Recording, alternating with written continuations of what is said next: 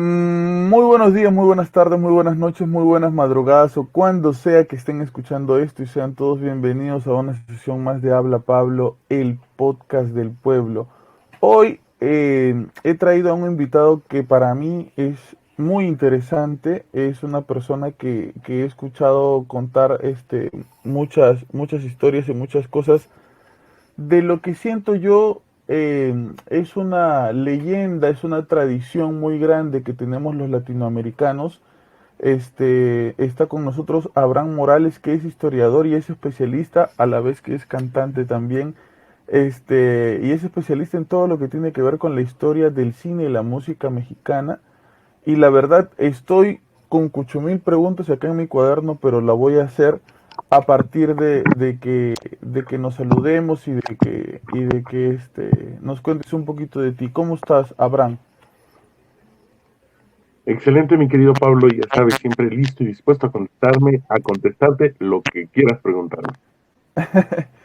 Gracias. Abraham, ¿cómo comenzó, antes de ir a las preguntas puntuales, cómo comenzó tu camino para especializarte en este asunto? Me imagino que al igual que nosotros cuando éramos chicos, veías en un televisor quizá blanco y negro el cine mexicano antiguo y te gustó, te romantizaste con ese cine. Pues, ¿qué crees? Curiosamente no fue tan de esa forma.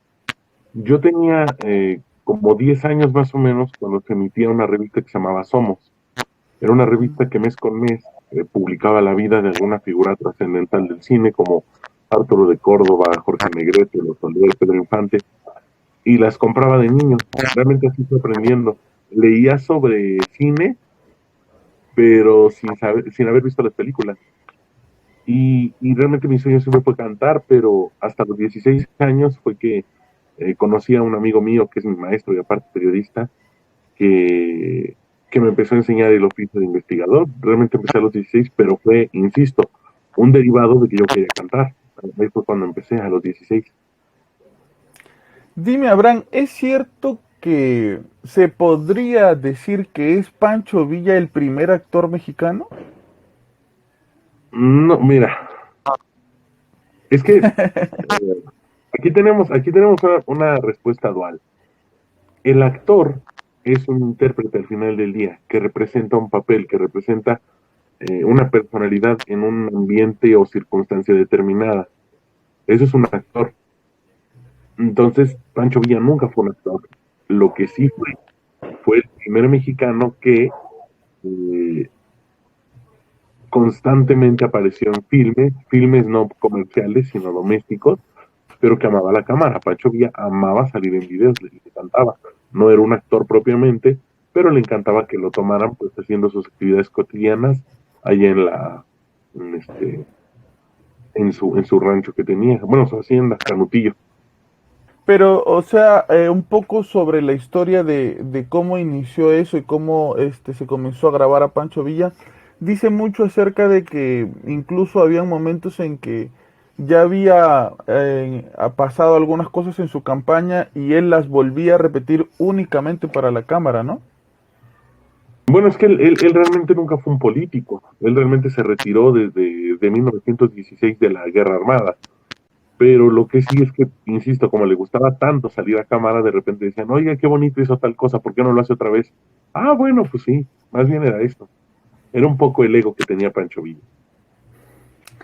Eh, y a partir de que va creciendo esto, ¿cómo crees tú que empieza la época de oro del cine mexicano, que es conocido, pienso yo, en mucha parte de Latinoamérica? Porque mira, mis abuelos, mis padres, mis tíos, todos tienen esa relación de que cuando están cambiando la televisión, de repente sale Cantinflas, de repente sale Pedro Infante y les trae inmediatamente recuerdos de la niñez y de cómo era ir al cine o al cinema a ver esas películas y recuerdos. ¿Tú cómo crees que comenzó la época de oro del cine mexicano?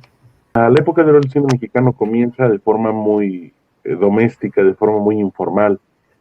Se hicieron varios buenos intentos, pero sin repercusión hasta la llegada de Allá en el Rancho Grande en 1936. Ese fue el filme que le abrió a México las puertas ante el mundo. Sin embargo, a partir de esta película no hubo otros filmes como tan importantes. Entonces, realmente el cine de oro comienza hasta 1941 con la aparición de Ay Jalisco no te rajes, protagonizada por Jorge Negrete. Ahí da comienzo y dura 16 años hasta 1957 cuando muere Pedro Infante. Entonces, fíjate qué curioso, ¿no? Con Jorge Negrete empieza la época de oro y con Pedro Infante cierra. Es la duración de la época de oro. Es Ahora Pedro bien, Infante la... Dime. no, Sí, dime, adelante, adelante. Ok, Es, sí, adelante, viene.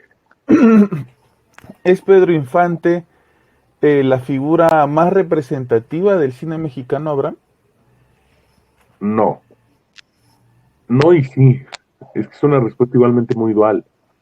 Pedro Infante en vida no tuvo tanta proyección internacional como ahora. Hoy en día se exhiben sus películas en Colombia, Venezuela, Argentina, Perú, en muchos países. Pero en su momento Pedro ni siquiera los visitó, nunca visitó Argentina, por ejemplo, porque no era tan popular. Lo que pasa es que la televisión mexicana, cuando se convierte en Televisa, comenzó a transmitir con exagerada frecuencia las películas de Infante y esto le dio un realce muy fuerte a su imagen y gracias a eso, hoy Pedro Infante es el artista más conocido, pero en realidad en su momento el más internacional era Jorge Negrete. Y a tu criterio, entonces, escuchando eso que dices, eh, para ti, eh, es el personaje por excelencia, Pedro Infante, o quizás para ti no era tan buen actor, quizás como Jorge Negrete? Yo no soy fan de Pedro Infante. Me gustan algunas películas, algunas escenas, pero yo no soy, personalmente no soy seguidor de Pedro Infante, aunque reconozco el enorme legado cinematográfico y musical que dejó. Y también reconozco que es probablemente a día de hoy el mexicano más conocido gracias a sus películas, ¿no?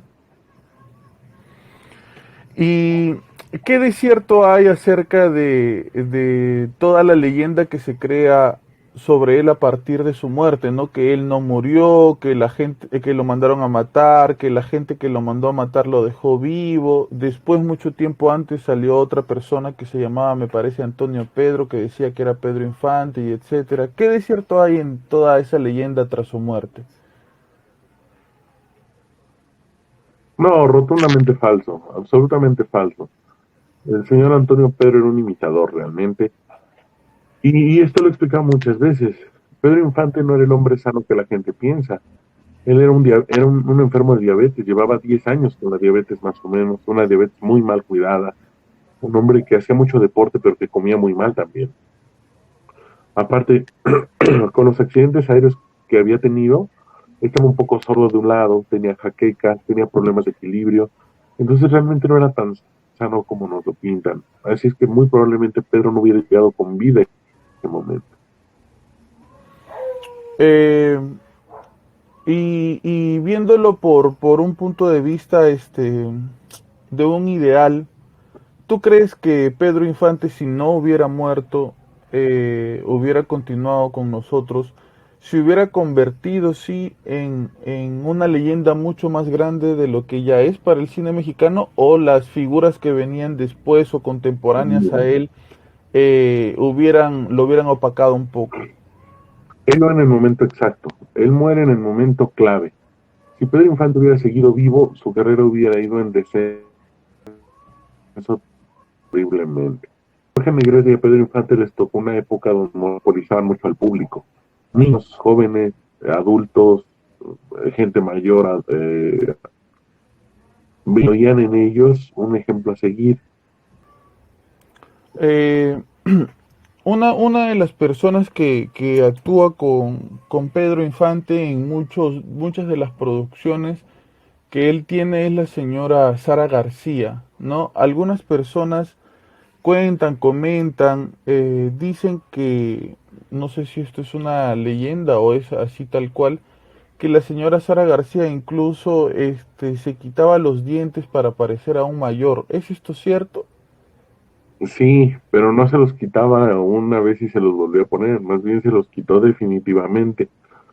A los Wow. 40 años, para un papel en cine,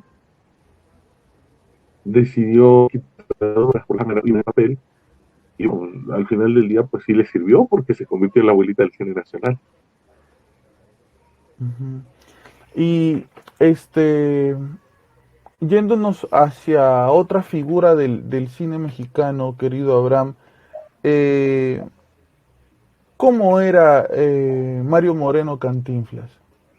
A nivel personal, Sí, a nivel personal. ok, pues Cantinflas era un hombre déspota, un hombre bastante ególatra, un hombre que abusaba mucho del poder que tenía, un, un hombre muy dispar. Claro, toda persona tiene claroscuros, pero él específicamente era un gran amigo, era un gran eh, compañero, era un gran eh, primo, amigo y demás, pero en ese nivel personal, con otras personas que no fueran de su círculo, era muy envanecido. Era un hombre que no le importaba hacer cualquier cosa que tuviera que hacer para lograr un objetivo. Era un hombre que desgraciadamente la vida le cobró muy caro todo ese mal que causó estando en vida. Algunas personas comentan que el señor Mario Moreno Cantinflas era homosexual. ¿Es esto según tus investigaciones, lo que tú has recolectado a partir de su historia? ¿Es esto cierto, crees tú? Me repites lo primero, es que se cortó un poquito el audio. Sí, algunas personas dicen, aducen, piensan que Mario Moreno Cantinflas era homosexual. Según lo que has encontrado tú sobre la información sobre él, ¿qué te atreves a comentar sobre eso? No, no, no, eso sí es falso. Al contrario, si algo tenía él era que era bastante ojo alegre. Duró mucho tiempo casado con su esposa, literalmente hasta que la esposa murió. Y después de la muerte de Valentina Ivanova, él tuvo muchas parejas y muy guapas. Realmente siempre se relacionó con mujeres muy guapas y no, sí, me queda súper claro que era 100% heterosexual. ¿Y qué te pareció el actor que escogieron para interpretarlo en su biografía? Excelente, era un papel espléndido. La verdad es que cuando dijeron que era un español, yo tuve muchas dudas al respecto, pero me sorprendió con creces. Qué papel tan bueno, aunque la película es muy mala en cuanto a su historia, en cuanto a biografía. Tiene demasiados errores, lo pintan como alguien que claramente no fue, pero pues es una película entretenida y la actuación de Jaenada es de total admiración y de mil aplausos, ¿no? Eh, ¿Tú por qué crees que nunca se llegó a dar una colaboración, una película, algún tipo de intervención entre Cantinflas y Pedro Infante? Porque Cantinflas tenía su propia productora, él hacía sus películas en su propia marca. Y Pedro Infante, a partir de los 50, también tenía su propia distribuidora y productora de películas. Entonces, cada quien era dueño de su trabajo, por eso es que nunca se pudo llevar a cabo alguna colaboración entre marcas diferentes. ¿Ellos tenían algún tipo de relación amical, cercana o de conocerse por terceras personas? Cordial absolutamente. No se llevaban mal, tampoco bien. Se llegaban a ver, se saludaban, hola, qué tal, qué gusto, y se acabó. Una relación cordial. ¿Tú consideras que ellos eran conscientes de lo que se estaba gestando en ese momento con el cine mexicano o no, no del todo? Sí, Pedro Infante no tanto, era un hombre poco culto, poco preparado, pero Cantinflas sí se esforzó mucho por la industria del cine, entonces Cantinflas sí estaba súper seguro y con todo el conocimiento de la importancia que tenía el cine mexicano en ese momento. Me dices que Pedro Infante era un hombre poco culto. Sí, Entonces, él estudió hasta cuarto de primaria. ajá. Entonces por Estudió lo hasta cuarto de que... primaria. Sí, dale, Bran, te escucho. Pero él estudió hasta cuarto de primaria y nunca se esforzó por aprender más. Nunca leía, nunca nada. Era un hombre muy simple. De hecho, alguna vez le ofrecieron algún cargo en la Asociación Nacional de Actores, lo negó porque dijo, es que no sé nada, ¿no? Qué ridículo voy a hacer. No estaba con sus compañeros actores mucho tiempo porque le daba pena que no tenía muy buenos modales. Entonces, Pedro Infante era muy ignorante, no tenía cultura. ¿Y cómo es que él llega entonces a la actuación? ¿Cómo es que se acerca por ese camino? En esa época, y yo creo que todavía, no lo sé ahora, pero en esa época no tenías que tener un título ni nada. A veces había un productor de cine en la calle, te veía y decía, oye, tú sirves para esto, vente. A Pedro Infante lo conoció Manuel Esperón, que era un importantísimo compositor musical cinematográfico de la época. Lo vio en un lugar que se llamaba El Tarrum, que era un centro nocturno. Le gustó cómo cantó, ahí estaba con el productor y lo empezaron a llamar para películas, pero en realidad no hubo examen, no hubo casting, no hubo nada. Así empezó. Y en algún momento tú crees que la gente que viene detrás de Pedro Infante, sus nietos, las personas más cercanas a él, recuerdo incluso en algún momento que uno de sus nietos dijo que él estaba vivo. ¿Tú crees que su familia cercana trató en algún momento de sacar algún provecho de lo que fue en algún momento la fama de Pedro Infante? Ah, claro, claro, por supuesto. Bueno, para empezar, dos cosas. Ese supuesto nieto no es su nieto. César Augusto Infante no es nieto de Pedro Infante. Vamos a aclarar las cosas. Tampoco lo conoció, obviamente. No tiene un vínculo, o sea, es su sobrino nieto más bien. Y Pedro Infante nunca recibió regalías de discos porque él renunció a esas regalías para un pago fuerte por cada grabación. Los derechos de las películas, pues él solo tuvo un par de películas que se adueñó Antonio Matuca, entonces no recibe eh, nunca recibió mucho dinero por el trabajo hecho una vez que falleció. Entonces la familia, sin otro soporte económico, intentó y sigue intentando a la fecha rascar hasta debajo de las piedras a ver si pueden lograr generar algo de dinero con el nombre de Pedro Infante, lo cual me hace lamentable. Eh, ¿Tú crees que sí hubo una rivalidad entre Pedro Infante y Jorge Negrete? Pues artísticamente la gente siempre los ponía en competencia en el momento en el que ambos eran famosos, porque la gente piensa que son de la misma época y esto no es cierto. La época de Jorge Negrete son los años 40, esa es su época de esplendor, y la época de esplendor de Pedro Infante son los años 50. Entonces realmente no son competencia directa. En algún momento, sí, las carreras de ambos estaban paralelas, pero realmente no eran rivales reales. Y esto fue prácticamente invento de la gente, porque ellos dos tenían una buena relación. No eran amigos íntimos, pero cuando se veían con gusto. Pedro solía visitar a Jorge en sus cumpleaños, le llevaba regalos.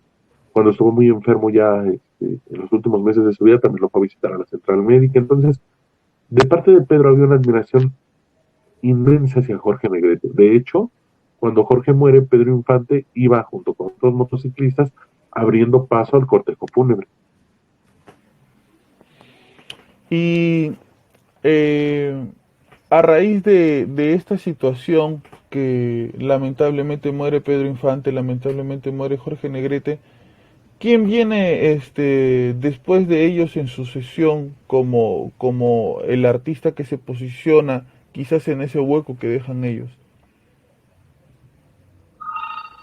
Nadie, nadie. Lamentablemente, con el fallecimiento de Pedro y la industria que ya venía en decadencia, el cine dejó de ser una potencia, el cine mexicano dejó de tener la relevancia que tenía y pues ya no hubo quien llenar esos zapatos. Claro, mucha gente hoy en día dice que Javier Solís, y sí, Javier Solís fue muy famoso, tuvo muchísimos éxitos en radio, pero sus películas fueron muy mediocres realmente, nunca tuvo estatus como actor. Y a pesar de que vendía muchos discos, él ya tenía la competencia directa de los ídolos juveniles como Enrique Guzmán, César Costa o Alberto Vázquez. Y, Javier Solís, ¿tú sientes que tiene de los tres la muerte más trágica de todas? No, para nada. Pues él muere de una operación de vesícula que no tuvo mucho éxito, que digamos. Jorge también muere de enfermedad por una cirrosis. La más trágica fue la de Pedro Infante en un avionazo. O sea, creo que fue la muerte más fea. Bueno, al menos para mí. No, lo digo porque quizás por lo mismo que Javier Solís venía tratando de hacerse un camino, un campo, en relación a lo que había dejado Jorge Negrete y Pedro Infante, ¿se le trunca un poco ese camino o tú crees que si aún hubiera tenido éxito la operación, él no hubiera llegado a llenar los zapatos que habían No, dejado ellos dos? no, era imposible que lo llenara. Porque, pero insisto, no era culpa suya. La industria del cine había mermado mucho. Las películas eran muy malas, no había presupuestos. Y a nivel local, pues también tenía mucha competencia. Entonces, no habría cambiado nada. Su carrera hubiera sido un poco más larga, pero evidentemente, pues en algún momento también hubiera venido a menos. Y algo que siempre me he preguntado, querido Abraham, es este tema de que si el cine mexicano tuvo un colchón bastante grande con este auge de esta, deben haber salido miles de películas sobre cómo era supuestamente México y sobre las costumbres mexicanas y esto. ¿Por qué sientes que esto no repercute hacia el cine mexicano actual? Porque si bien tienen una industria cinematográfica muy grande, tú ves, por ejemplo, lo que sucede en Estados Unidos, que quizás a la par con México tenían un colchón bastante grande de películas que se hicieron producciones tras producciones y ahora es algo gigantesco, inmenso. ¿Por qué en el cine mexicano no sucede lo mismo? Porque, por ejemplo, yo no recuerdo un una producción tan grande de cine ni en Argentina, ni en Perú, ni en Bolivia, ni en Paraguay, ni todos los lugares que hay en Sudamérica. Creo que México fue lo más grande en ese aspecto.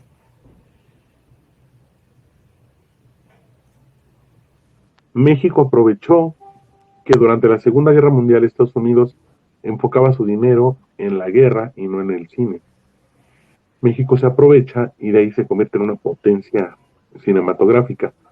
Cuando la guerra termina, ya habíamos abierto muchos mercados, entonces siguieron consumiendo mucho cine mexicano, pero con la muerte de varios de los ídolos locales y con algunas malas gestiones de todos aquellos que desenvolvían las altas esferas del mundo del cine, México entra en declive. El cine mexicano entra en declive en producciones bastante malas, del cine de luchadores, cosas de este tipo, que ya no tuvo peso internacional. Básicamente fue eso.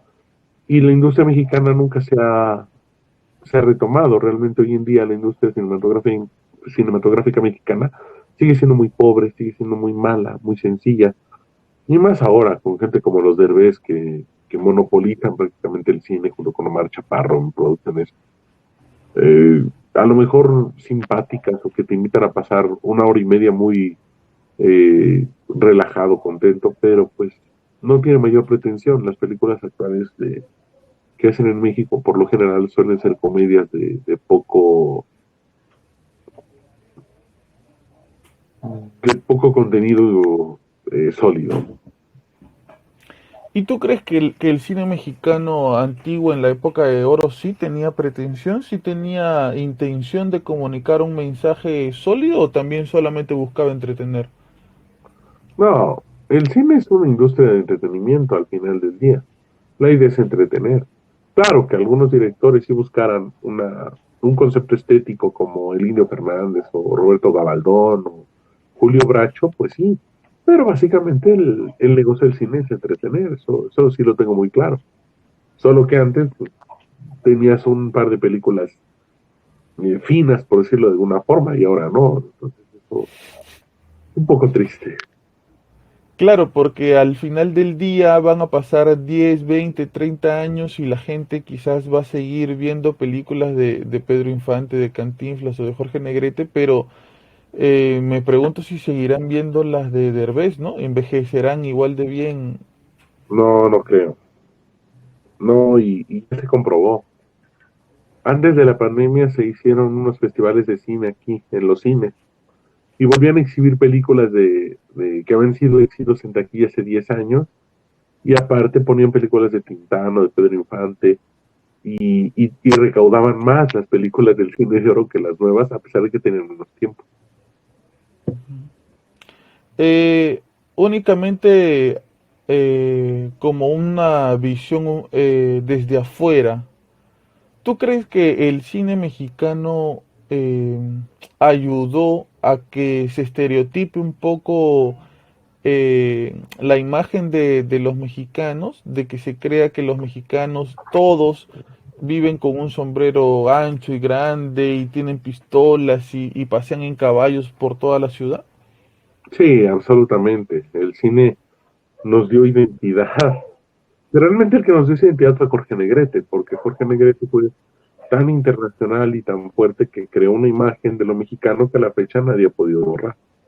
Pues sí, es 100% eh, mérito del cine y de Jorge Negrete.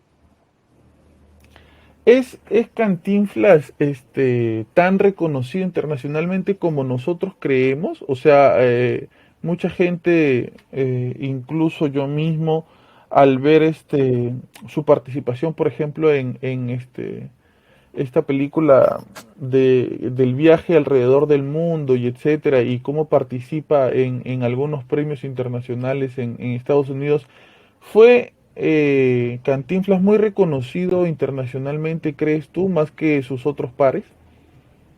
Sí, sí, absolutamente. Porque Cantinflas tiene un control total de su carrera y los otros no. Eso le ayudó y todo este mito de la innovación de Cantinflas al usar el lenguaje, ¿no? De hablar mucho sin decir nada. Y entonces sí hay una presencia muy poderosa a nivel internacional de Cantinflas. Es definitivamente una de las figuras internacionales más fuertes. Y no es que la más fuerte. El tema con su nombre se llega a aclarar ya, de que mucha gente aduce que el nombre era de otra persona. Él dice que fue a partir de una presentación, de cómo, de su forma de hablar. ¿Tú crees que se cierra ya el tema con que es su nombre y él lo inventó? Pues mira, ha pasado tanto tiempo que ya no hay nadie vivo para pelear ese asunto.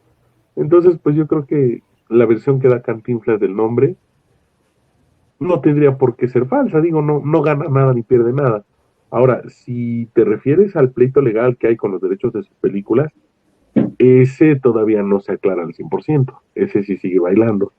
Porque aparte los dos, el hijo de Cantinflas, el hijo adoptivo de Cantinflas, y su sobrino, ambos se pelearon bastante por los derechos y seguían en litigio y desgraciadamente los dos ya fallecieron. Entonces, sí es importante saber qué va a pasar con estos derechos de Cantinflas. Al parecer, eh, si bien hay por ahí unos que dicen que ganaba Eduardo Moreno La Parada y otros que Mario Moreno iba Nova, la verdad es que todavía no hay una resolución al 100% de esos derechos.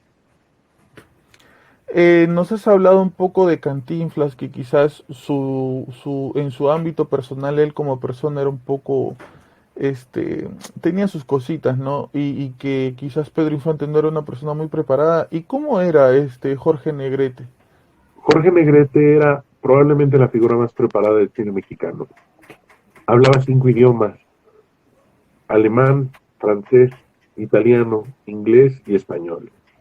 Era capitán segundo del ejército mexicano, leía bastante.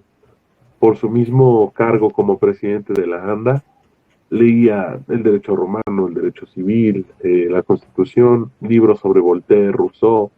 eh, de hecho, él declaraba que tenía que leer por lo menos 3 libros al mes. Entonces era un hombre muy culto, era un hombre que realmente le encantaba estar tan preparado y tener todas las armas para poder defender a sus compañeros actores y también él mismo para dar una buena imagen pública. ¿Y por qué sientes que para el gusto internacional, para el gusto de la gente que no es mexicana, Pedro Infante tiene una representación mucho más fuerte que Jorge Negrete? ¿O tú crees que es dependiendo del país? No, hoy en día Pedro Infante pesa más, pero insisto, fue gracias al apoyo de la televisión. En vida no fue así. En vida Jorge Negrete fue muchísimo más famoso que Pedro Infante en el extranjero. Absolutamente. Te quisiera leer algunas preguntas que yo le comenté a algunos amigos que son amantes y fanáticos del cine mexicano, y yo creo que su lazo con esto es más nostálgico, ¿no? Como lo debe ser para muchas personas, más nostálgico que otra cosa. Uno de ellos me pregunta, este, eh, acá está. Dice, para los mexicanos, ¿qué artista es más representativo? Chespirito, Infante, Negrete, Tintán. ¿Quién crees tú que es más representativo para los mexicanos como artista? Infante, Infante. Pedro Infante. Sí, Y no, dice, totalmente. María Félix es la mujer emblema de la época de oro del cine mexicano, pero hubiese sido Blanca Estela Pavón, hubiera tenido ese honor al no haber fallecido tan joven. Mm, pues es que es difícil, esa pregunta es muy difícil, pero María Félix fue consolidada muy rápido. O sea, ella prácticamente entra el cine protagonizando y subió hasta llegar a hacer muchas películas a nivel internacional. Filmó en Francia, filmó en varios países, producciones muy grandes, una imagen de diva prácticamente desde que empieza. Y Blanca Estela no, Blanca Estela siempre fue una actriz muy famosa, pero de menor estatus. Si hubiera seguido viva, tal vez hubiera subido más, pero yo dudo que hubiera llegado a la imagen que consolidó María Félix. Y esta relación, haciendo como que quizás un paréntesis a la vida de estos grandes personajes, esta relación de la que a veces se habla y hay videos acerca de que uno era masón y el otro participó en una comida donde comieron seres humanos, y después de que todavía se le sigue viendo a algunos. Sobre estas leyendas urbanas que juegan mucho con el tema un poco más misterioso, paranormal, ¿hay algo de cierto en estas un poco leyendas urbanas sobre todos ellos? No, no, son producto de la admiración ciega de la gente, que daría lo que fuera por verlos vivos. Realmente solo eso, ¿no? Es mera especulación de gente que se cega tanto que daría lo que fuera porque estuvieran entre nosotros todavía. Abraham, para la actualidad, para estos años, ¿quién crees tú que todavía continúa llevando el legado del cine mexicano hasta estos tiempos?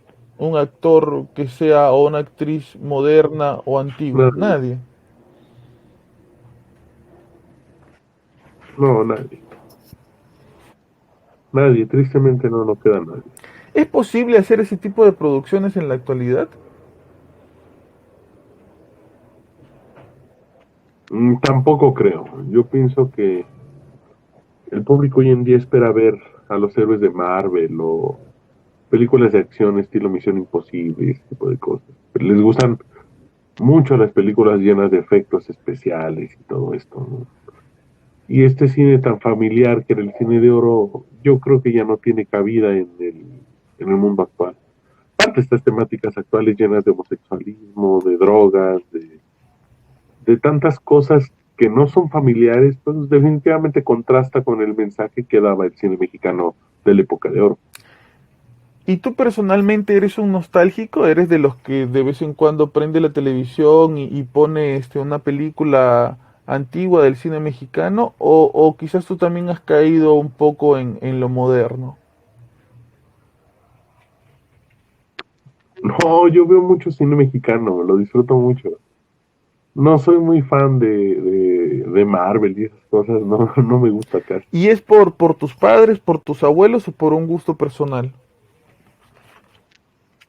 No, totalmente gusto personal. Desde niño realmente fue mi gusto personal, mi descubrimiento y lo que he seguido alimentando a lo largo de los años. Ya son 16 años de profesional y me encanta. Y Abraham, cuéntanos un poco sobre tu actividad como artista. Tú eres cantante. Sí, pues mira, como cantante a nivel profesional llevo más o menos 10 años. He grabado varios discos, siempre sigo grabando, tengo mi propio estudio de grabación. Soy hoy por hoy el dueño de todo mi trabajo. Si en todas las redes sociales, en Spotify, Deezer, Shazam, Apple Music, pones Abraham Morales y te salen mis canciones, que estamos, de hecho fue a partir de este año que estamos otra vez sacando bastante material.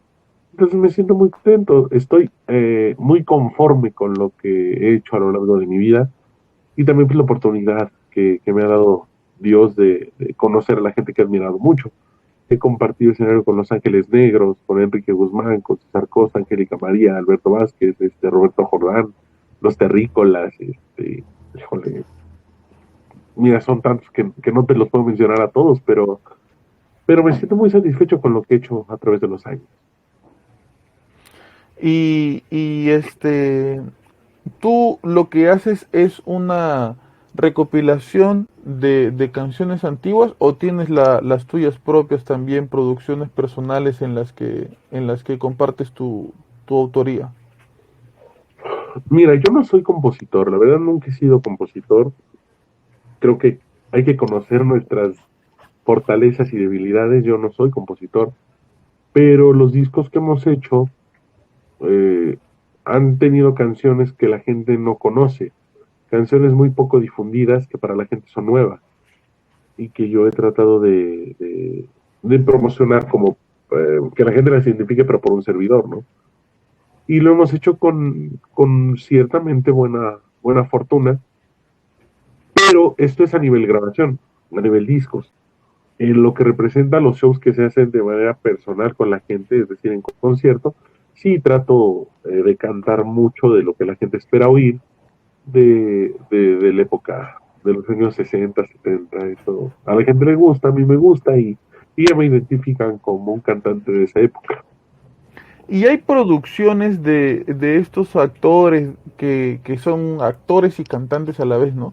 Hay producciones de estos actores, producciones musicales, discos, canciones que quizás no se sacaron, no se llegaron a grabar, que se han podido con el tiempo rescatar sobre estos artistas.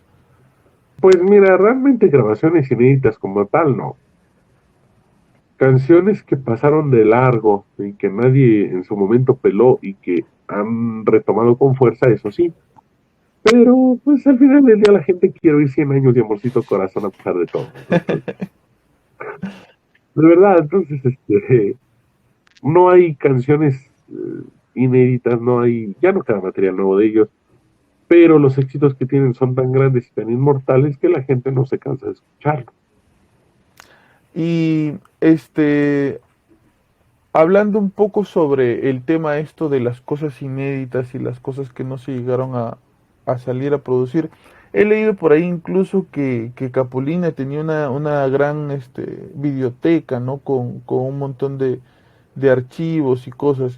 Este, tratando de hacer un paralelismo precisamente con él, ya que era, me parece, por un tiempo fue Chespirito el que le escribe mucho a Capulina para su trabajo, ¿no? Este, haciendo un paralelismo junto con estos grandes artistas, querido Abraham, Chespirito llega a dar la talla en relación con Cantinflas, con Pedro Infante, con Jorge Negrete. ¿Tú crees que es también una leyenda a la par? Es que es una leyenda, pero no es una leyenda de cine. Chespirito era un programa de televisión. El Chavo, el Chapulín Colorado eran programas unitarios de televisión. Y Jorge y Pedro nunca fueron a la televisión como figuras. La televisión empezaba cuando ellos ya estaban cerca de la muerte, ¿no? Entonces, no son comparables. Además, la industria del cine en la época de Chespirito ya prácticamente no Ujú. existía. Entonces, como pertenecen a épocas diferentes, es muy difícil hacer una comparación entre ambos. Alguna vez dijo Chespirito que en Chile él convocó más gente de la que convocó Carlos Gardel o Jorge Negrete, y probablemente tenía razón. Pero también hay que pensar que cuando Chespirito fue a Chile, Chile tenía el doble de gente que cuando fue Jorge Negrete o Carlos Gardel, ¿no? Entonces, obedece más a un momento sociológico y demográfico. Chespirito es muy reciente a comparación de Jorge, Pedro y Cantinflas. Por ahí leí que en algún momento se intentó que ellos hagan algo juntos, ¿no? Solo que a Cantinflas no le gustó mucho la idea. Lo que pasó fue que no se pusieron de acuerdo en algunas cosas, pero no es que estuvieran juntos, más bien Cantinflas quería que Chespirito le escribiera el programa, porque Chespirito era un guionista. Y al final, la cantidad de dinero que pedía Cantinflas era demasiado. Entonces le dieron las gracias y ya por eso no se llevó a cabo. Pero no fue realmente por algún conflicto con Chespirito. Abraham, ¿cómo podrías describir en breves palabras eh, lo que significa la época de oro del cine mexicano? ¿Fue revolucionaria? ¿Fue nostálgica? ¿Fue trató de hacer lo que sea para entretener? ¿Cómo lo describirías tú? Pues mira, la época de oro del cine mexicano, sin ser, eh, sin caer en la nostalgia, pues es simplemente una época en la que el cine tuvo mucho peso, donde aprovechándose de la Segunda Guerra Mundial, de los pocos distribuidores, exportaron muchísimas películas que crearon a figuras inolvidables porque tenían personalidades muy poderosas, muy definidas y películas con guiones igualmente perfectamente elaborados. Entonces creo que se juntó la calidad con las circunstancias favorables para lograr pues un par de años que resultaron sumamente exitosos y que a la gente al día de hoy le sigue pareciendo como de ensoñación, ¿no? Y por eso hasta ahora se recuerda. Así es. Abraham, yo sé que tienes muchas cosas que hacer, te agradezco que te hayas dado el tiempo de estar aquí. Gracias por compartir mucho tus conocimientos. Espero exista la posibilidad de que conversemos otro día de manera muchísimo más extendida. Imagino que tu barco debe estar ahí afuera esperándote, ¿no? Y estamos, Por- fíjate que me han preguntado mucho que por qué el gorro. En realidad, eh, hay un amigo mío que se llama El Historiador en redes y que Ajá. me invita a hacer lives. Entonces, él siempre usa un gorro y dije, yo tengo uno similar. Me dijo, oye, ¿nos lo ponemos tal día? Ah, pues sí. Y la gente dice en sus comentarios, y por eso nos lo ponemos siempre, pero es puro vacilón. Claro, claro, claro. No, sí, de acá veo de tu ventana, veo tu yate de 3 pisos que te está esperando para hacer tus diligencias. Ahí está. Abraham, muchísimas gracias por compartirnos parte de tus conocimientos. Me imagino que te has tomado tu tiempo, que ha sido difícil encontrar datos históricos sobre estos personajes tan grandes, pero gracias porque así aprendemos todos, ¿no? A mí me pareció algo increíble esto que comentas sobre la Segunda Guerra Mundial y cómo es que se da el auge del cine mexicano a partir de eso, porque como que las cosas coinciden a la par para que algo se dé, ¿no? O sea, Así es. de alguna manera no existen las coincidencias y todo se tiene que dar por alguna razón y esto sucede y esto se da por esta razón, ¿no? Cómo es que estas personas como Cantinflas, como Pedro Infante, Jorge Negrete y todas las otras que no nombramos, están en el corazón de la gente a partir de sucesos o decisiones que no tienen que ver con ellos, pero que repercuten en ellos de alguna manera. Totalmente de acuerdo contigo. Tienes, lo definiste perfecto. Muchísimas gracias, Abraham, por estar aquí. Espero de todo corazón podamos volver a compartir una conversación. Voy a tratar de juntar y recopilar muchísimas más preguntas y te agradezco mucho tu intervención aquí en el podcast. Encantado, mi querido Pablo, cuídate mucho. Un saludo a todo tu auditorio y pues ya sabes, lo que necesites, acá andamos.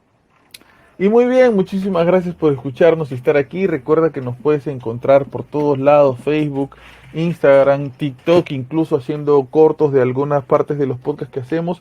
Sigue también a Abraham Morales por Instagram. ¿Cómo estás por Instagram, Abraham? Abraham Rocker. Y le pueden hacer las consultas de manera personal.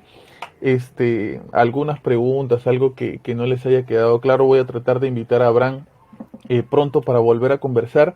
Y recuerda que si tú estás pasando por una situación negativa, mala o estás triste por alguna razón, acompáñate del podcast, quédate por aquí y entretente un rato para tratar de olvidar un poco esas penas y pon cine mexicano. Una película que recomiendes, Abraham, para la gente cuando está, no sé, triste, nostálgica. Dos tipos de cuidado, con Jorge Negrete y Pedro Infante, que es como la película más representativa de la época de oro. Muchísimas gracias. Y bien, muchas gracias por estar aquí. Esto fue Habla Pablo, el podcast del pueblo. Hasta luego. Hasta luego.